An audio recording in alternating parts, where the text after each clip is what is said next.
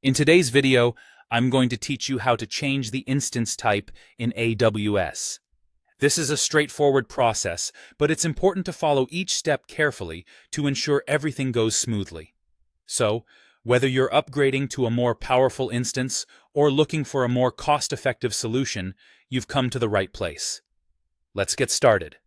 First, open your preferred web browser and type in AWS. This will take you to the AWS Management Console login page. If you haven't already, go ahead and log in using your credentials. Once you're logged in, you'll find yourself on the AWS Management Console dashboard, which gives you access to various AWS services. Now, navigate to the Amazon EC2 console. You can either use the search bar at the top or find it listed under the Services menu. Once you're in the EC2 console, look at the navigation pane on the left and select Instances. Here, you'll see a list of all your running instances. Find the EC2 instance for which you want to change the instance type. Once you've located it, click on it to select it. Next, move your attention to the top right corner of the page, where you'll see the Actions button. Click on it, then navigate to Instance State and choose Stop Instance. A confirmation dialog will appear, prompting you to confirm the stopping action. Make sure you confirm this action and then wait for the instance state to show as stopped.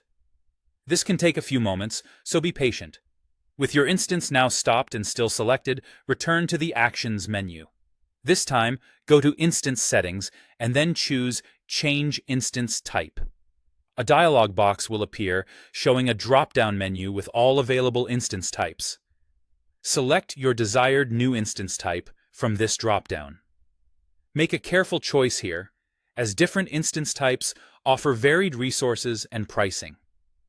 If your chosen instance type supports EBS optimization, you may see an option to enable or disable EBS Optimized.